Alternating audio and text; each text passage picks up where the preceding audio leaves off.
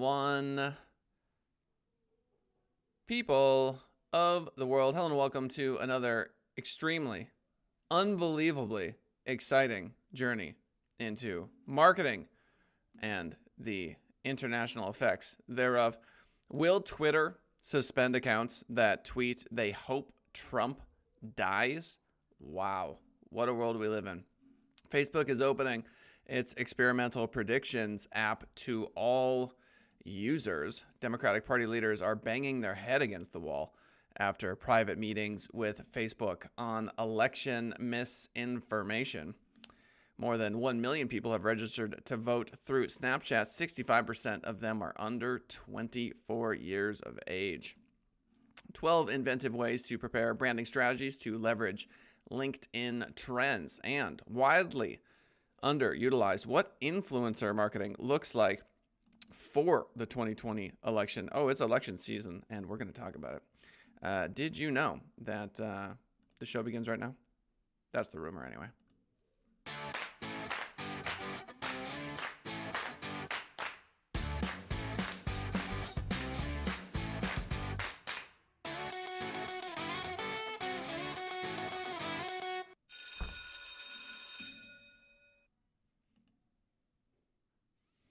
Oh me, oh my.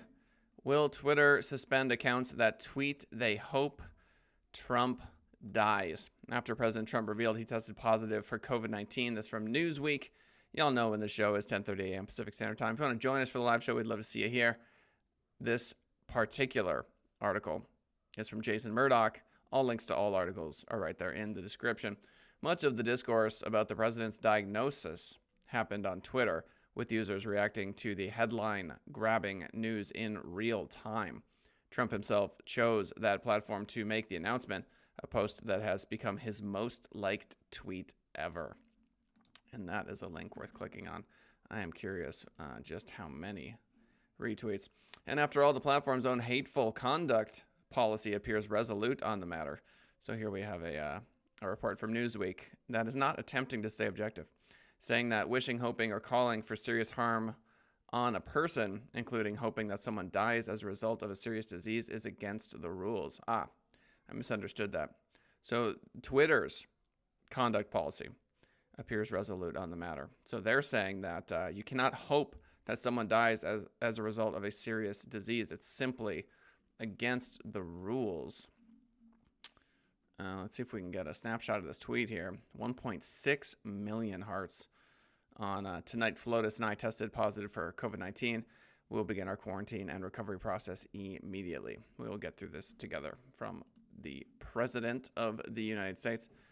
The same language is used in Twitter's abusive behavior policy, which states, "We do not tolerate content that wishes, hopes, or expresses a desire for death, serious bodily harm, or fatal disease against an individual or group of people." Obviously, there's no love lost between President Trump and Twitter, as Twitter has been slapping misinformation, what would you call them, labels on his tweets. In terms of enforcement, the platform says it could ask the user to remove the violating post before they can tweet again. Subsequent violations will lead to longer read-only periods and may eventually result in permanent suspension. You've got to wonder if it's just an algorithm that's attacking here, and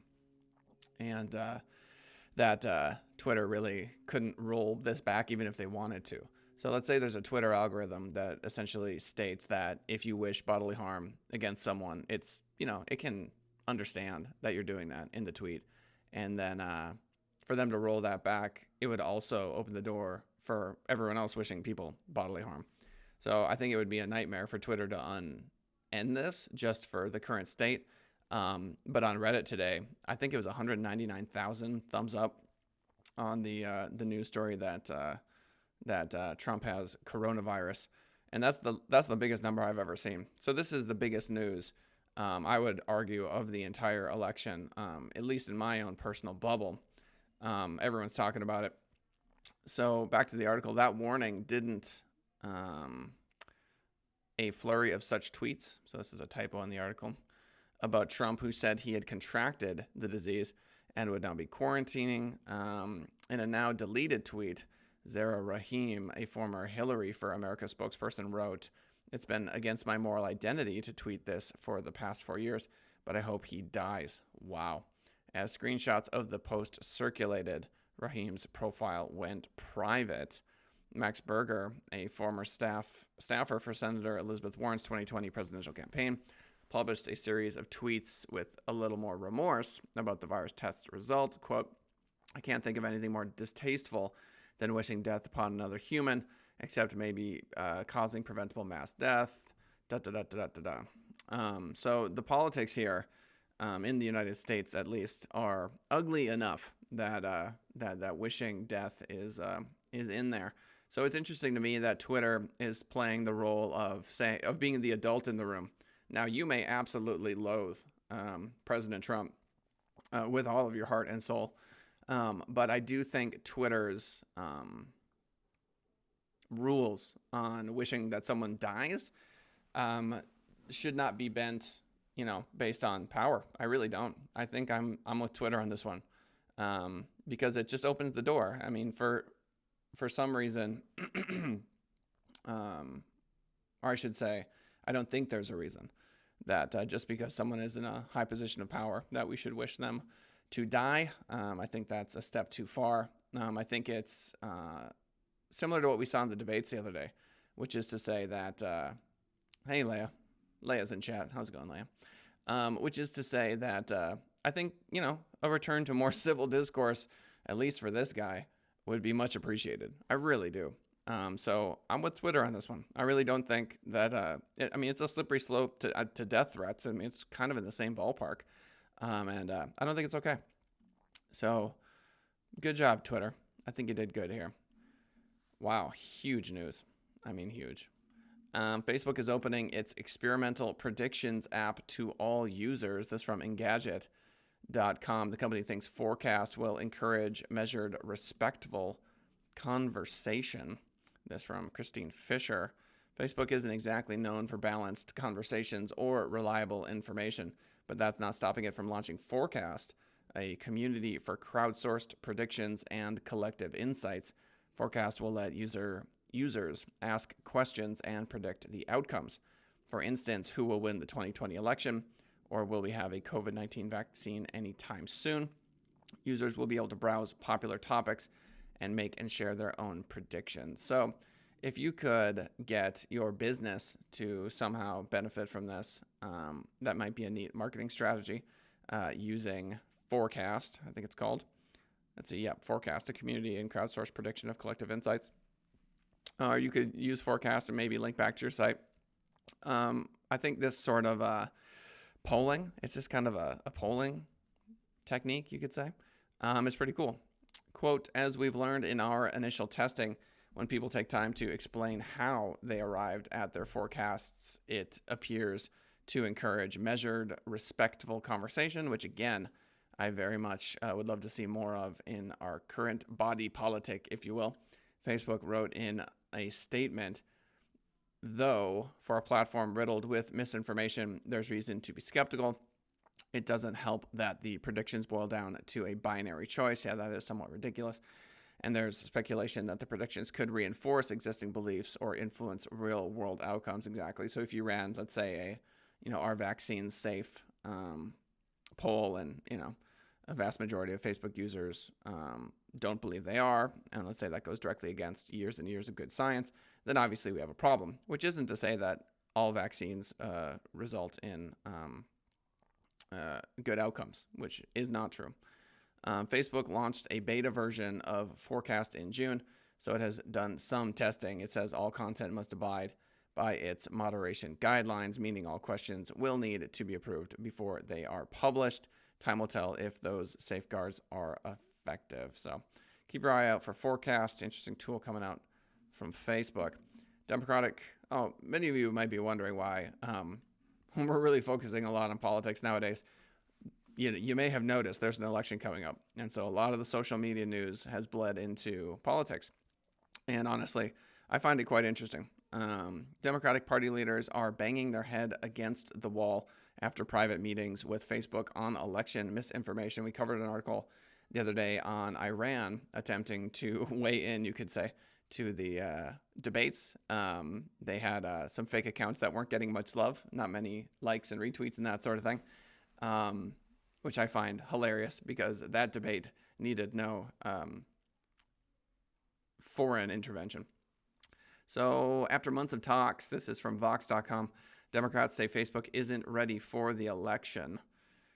After months of working with Facebook to safeguard the 2020 election, several National Democratic Party leaders say the company has failed to meet promises to stem the tide of misinformation spreading on its platform if the election's results are contested after November 3rd, which is an acute concern since a surge in mail-in ballots is expected to delay the count, and President Trump has refused to commit to a peaceful transition of power. Well, I would say that he has refused to believe that the mail-in votes are he's very skeptical of mail-in voting. I was concerned when I watched the debate. I would love to see a peaceful transition of power, and it is somewhat frightening that we find ourselves in a similar situation to what I've seen in a lot of South American countries. I speak Spanish, many of you know that, and so I have a lot of conversations with folks from Venezuela, Colombia, Bolivia, and a lot of the rhetoric nowadays sounds very much like a lot of the elections there, and that is terrifying, to be fair. Recode spoke with 4 sources with direct knowledge of ongoing monthly private conversations about election misinformation between several senior Democratic Party committee leaders and senior members of Facebook's policy team, including VP and director-level staff.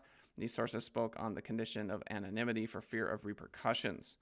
Democratic sources told Recode that monthly calls with Facebook that started in May have become maddening and have left party members, quote, banging their head against the wall.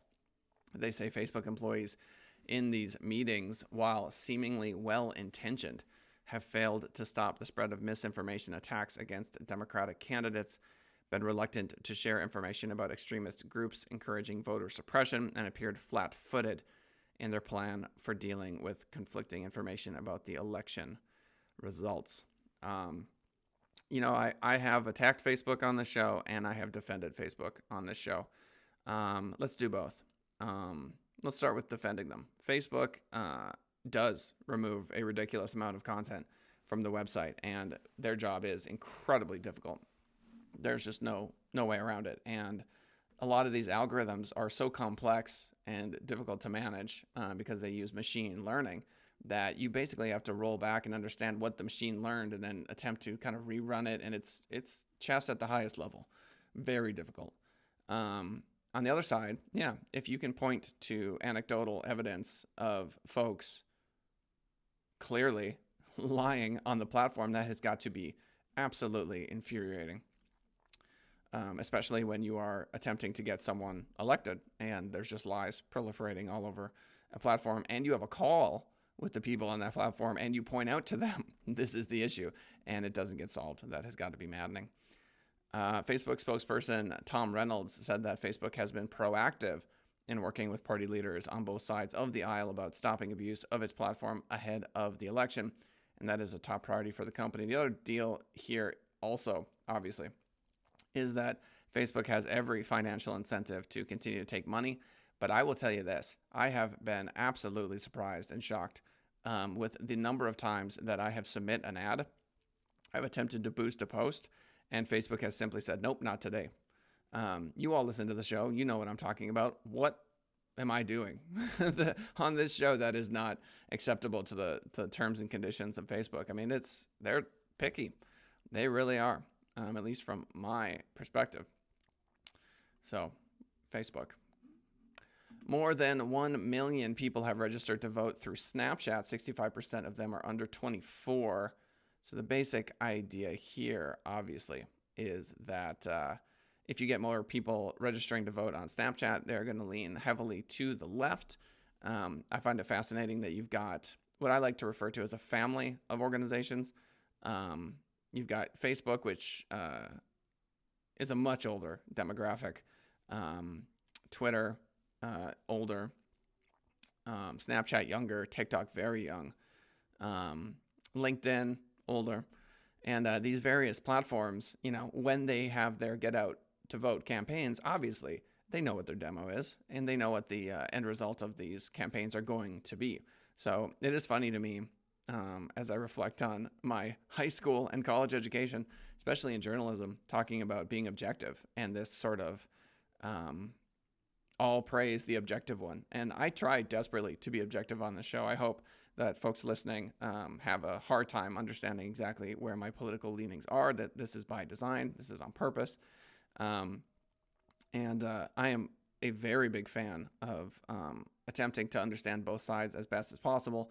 I think it is very interesting that just by the nature of the users on a platform, you end up leaning in a certain direction politically. Snapchat obviously would be to the left.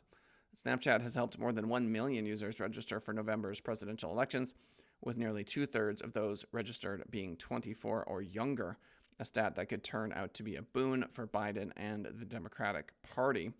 Around 64.5% of users who have signed up to vote through Snapchat's app are between the ages of 18 to 24, the company told Forbes in an emailed statement. Snapchat says it has seen more signups to register in Texas than any other state, while other battleground states in the Sun Belt, including Florida, Georgia, and North Carolina, are also seeing a large number of signups, although Texas and Georgia may be a bit of a reach for Biden.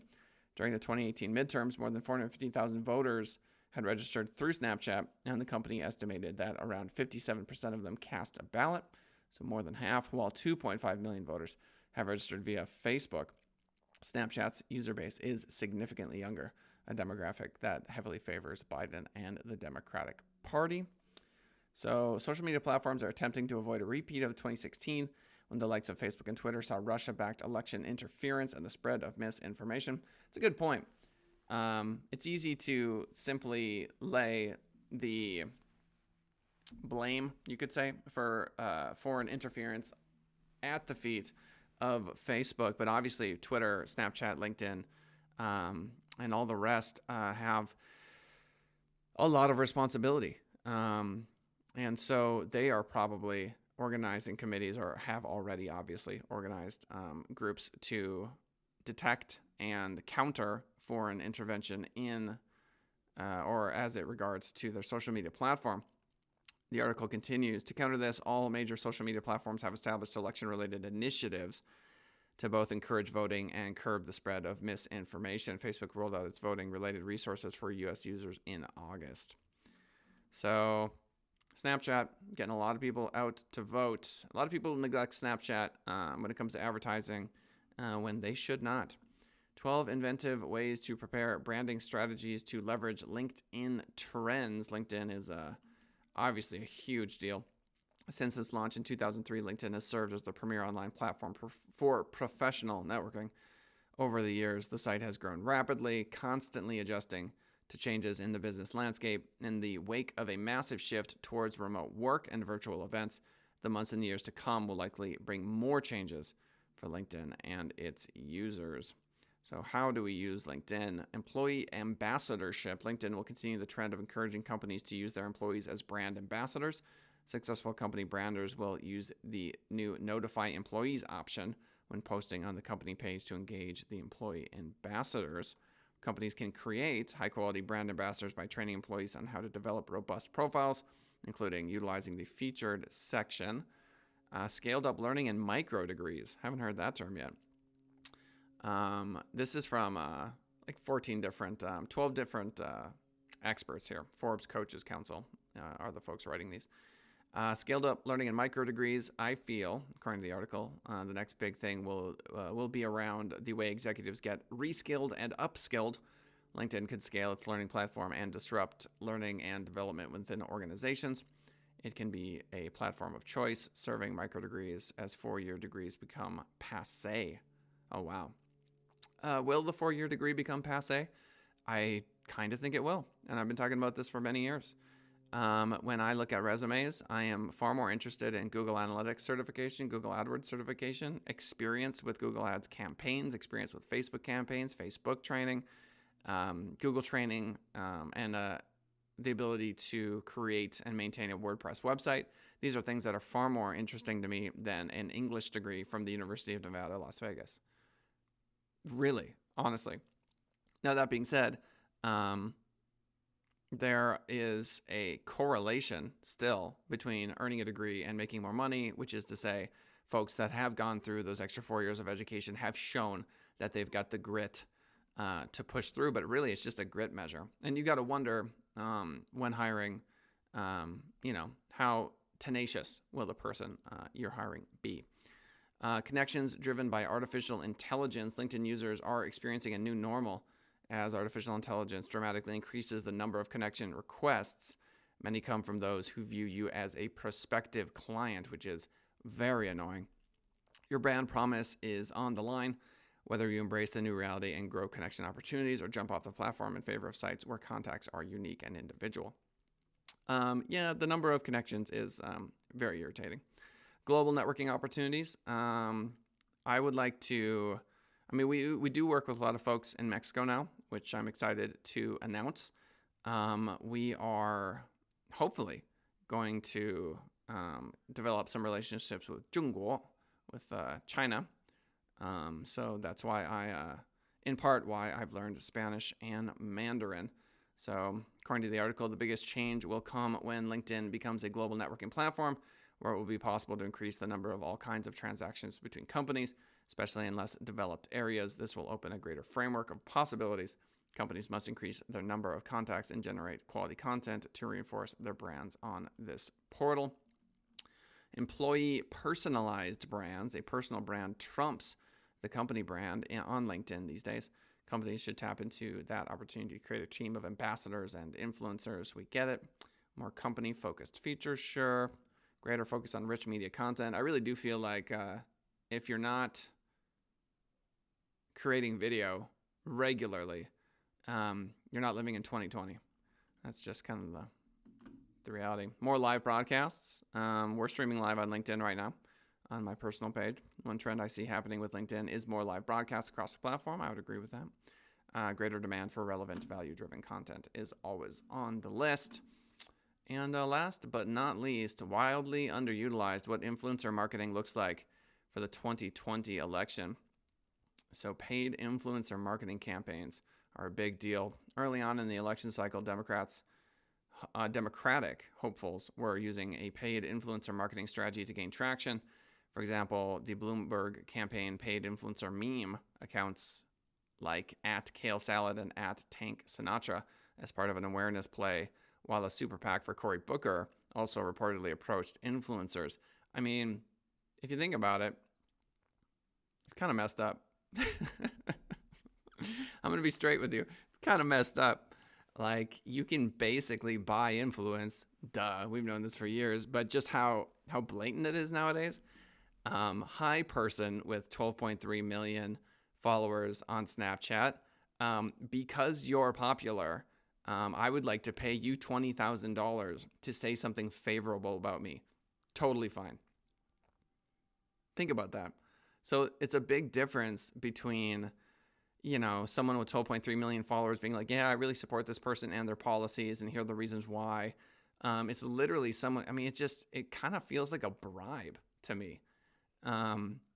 Influencer marketing is strange because you're not buying a banner that says, hey, vote for me, sponsored by this super PAC, or even better with campaign finance reform. Hi, I'm the candidate. I paid for this, It's how much did this dude get paid to say that? Do you know who's getting paid to say what? No, you have no idea. And the more popular an influencer, the more likely they are to be hounded down and sold on this idea that they should represent a certain political party. And so you really do have the political party that's able to raise more money, spend more money, literally having our collective consciousness, well, at least the consciousness of the young, who are very susceptible to this sort of thing, mind's changed, There's a big difference between hopping on your platform and supporting a candidate because you believe in them and, I wonder if influencers would have to tell the folks what they've been paid. Wouldn't that be interesting? Like if you're watching an influencer and then underneath the video, it's like, I was paid, and there's a little asterisk, like, and you have to say the dollar amount that you were paid to say the thing. It would totally change the way you looked at the thing. This is my issue, right? If I'm Joe Schmo influencer and I'm like, I really support XYZ candidate for these reasons, and there's this little asterisk, and it's like, I received $2 million for a campaign, of which this is one of the videos, it would totally change the vibe.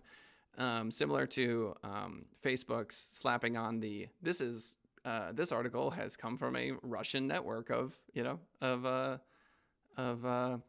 news sites, right? Oh, well, it's coming from, okay, well, I'm going to look at this slightly different than had I not known that.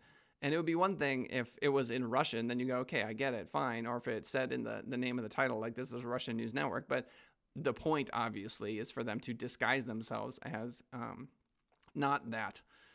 So pretty funny, the world we live in. Oh, I just wish we could have more transparency, but easier said than done. So I'm with Twitter. Look, you may hate me forever, but I really don't think we should hope and wish that people die online. I think it's a slippery slope. I think it's bad news, just in general. You can say all you want about policy, all you want about someone's actions, but hoping that someone dies, for me, is a step in the wrong direction. And if I owned Twitter, I'd probably make the same call, saying, hey, look, that's too much. It's too much. You really shouldn't do that. So you could make the free speech argument, I guess, against that, saying, and if this were a government website, it might be different. The government might say you have the right to say that. You're not threatening that he die. You're just saying that you hope he does. So there's an argument on the other side that I'm aware of. I think if I had to make the call, though, I would do the same thing. And it's not as if the Twitter accounts are, exploding. It's like a temporary ban, and then you come right back. So if you really feel this way, you can say it, suffer the consequences, and come right back. It's not as if like it's the IRS and they're going to audit your paychecks, or take money out of your paychecks, garner your wages or something. Facebook opening up an experimental predictions app. That's kind of cool. I'm interested to see that. It's called Forecast. Facebook is talking to folks, at least in the Democratic Party, and they're saying, hey, there's all these problems. Can you please solve them? And Facebook is not doing that, according to them. Leia says, I agree with you. And Twitter, bad karma. I'm with Leia. I'm with you, Leia Morrison. You and I are on the same page. It's good stuff. So more than 1 million people have registered to vote through Snapchat, 65% of them under 24. As I said before, we got a large social media family, and you can't help but have political leanings based on the size and demographic. LinkedIn making some changes. Yeah, don't forget LinkedIn. Micro degrees, I love that idea. I think it's really important for us to continue to educate ourselves, and I do think the value of a college education is going to go down. And I know that might seem like a radical idea, but I really do. I think there's so much content, there's so much education. You can go to Harvard and take Harvard classes right now for free, and you can put them on your resume. Why not? You can say, hey, look, I took XYZ. I audited these 12 classes at Harvard, right? I mean, it might even come across better than a Harvard degree to have 12 classes that you on your own time took. That shows a lot of gumption, and also shows that you're financially intelligent. Hey, look, I didn't pay the $200,000 tuition.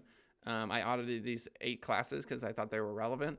And while I was doing that, I built this website and I ran these ads. I mean, that would be a strong candidate for my company.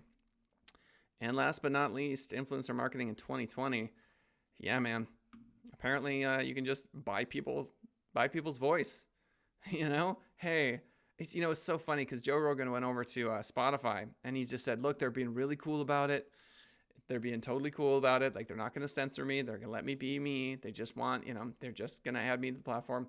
And then immediately there's like a boycott of people at Spotify. They're like, Joe Rogan's the worst, and he better change his message, or we're not going to this and that, which we'll have to cover the details.